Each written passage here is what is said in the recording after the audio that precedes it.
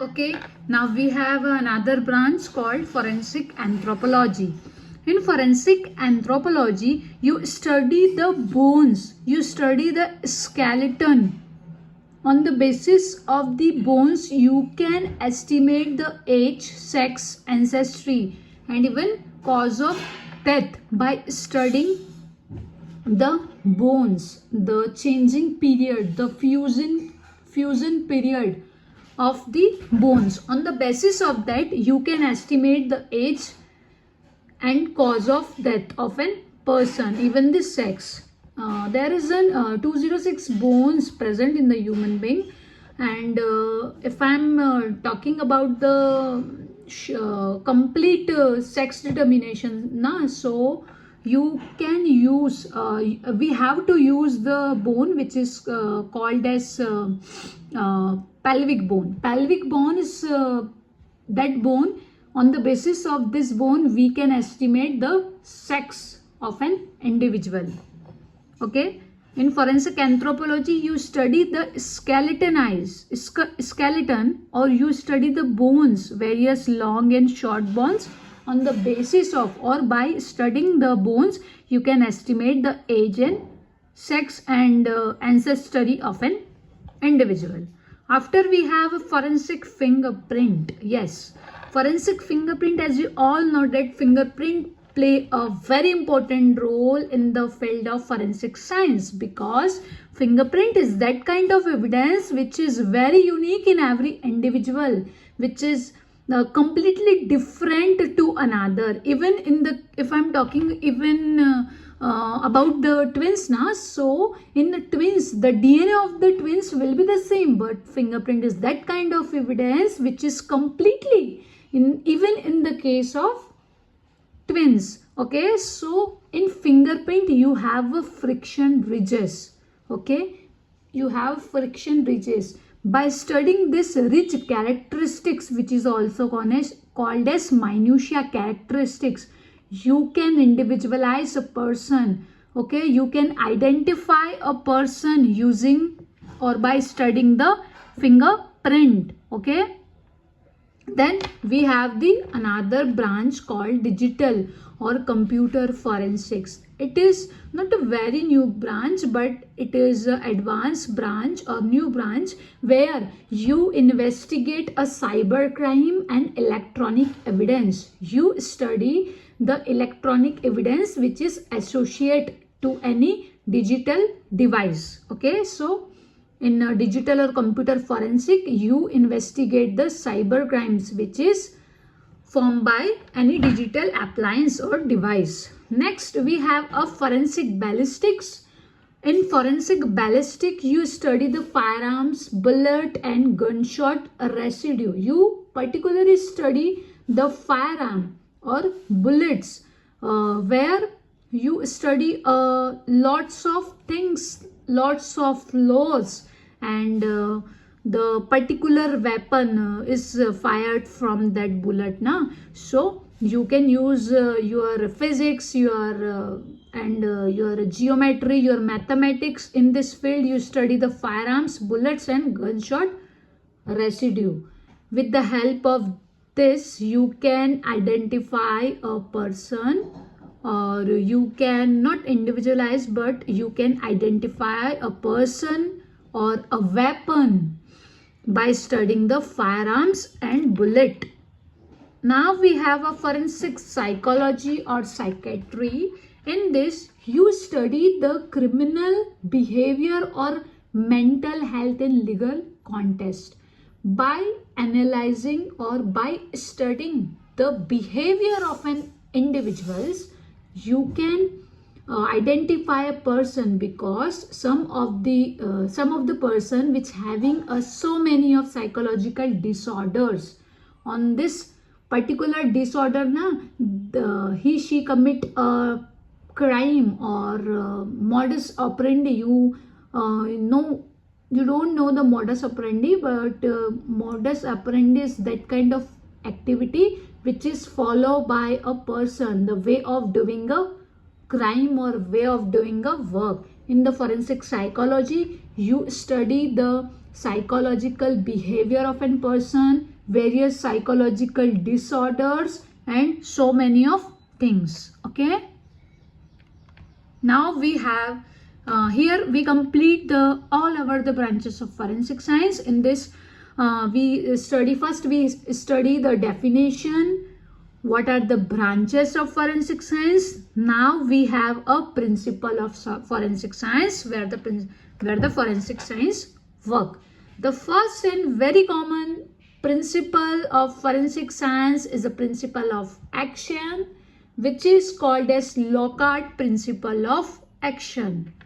Locard principle of action is formulated by Dr. Edmund Locard, which gives you a mutual exchange of a material. Okay, he said that whenever two objects come in a contact with one or come in a contact together, so there is always a mutual exchange of a material. For example,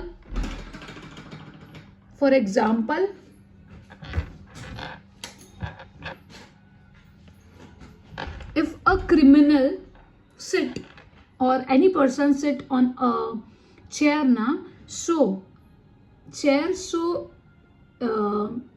they come in a contact with the chair, so there leaves a trace like hair, fingerprint, or fibers of the cloth, or at the scene of crime at that particular object there leaves a material, which is we want that material because as a material we used, or in forensic science we called as evidence. And evidence is nothing but in forensic science we only need a evidence, or there is an always mutual exchange of an evidence or material. So the Locard principle of exchange, in which the Dr. Edmund Locard always said that there is an always mutual exchange of a material when a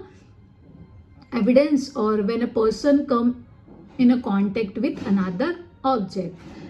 Then we have a second principle where we have a principle of comparison. Object or traces can only be compared to non-standard. For example, we have a bullet now, so we can only compare the bullet with the another bullet. We cannot compare the bullet with the another, like we cannot compare the bullet with the table.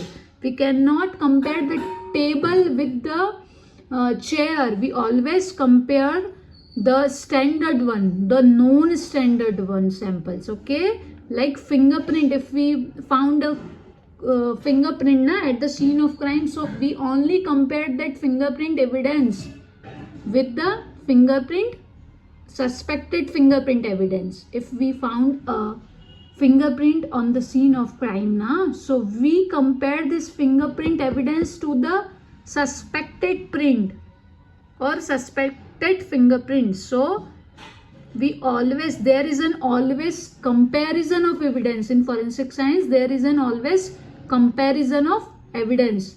In first we have to know the mutual exchange of material. We have evidence, at that we have evidence. Second, we have to compare the evidence with that same evidence or the same things.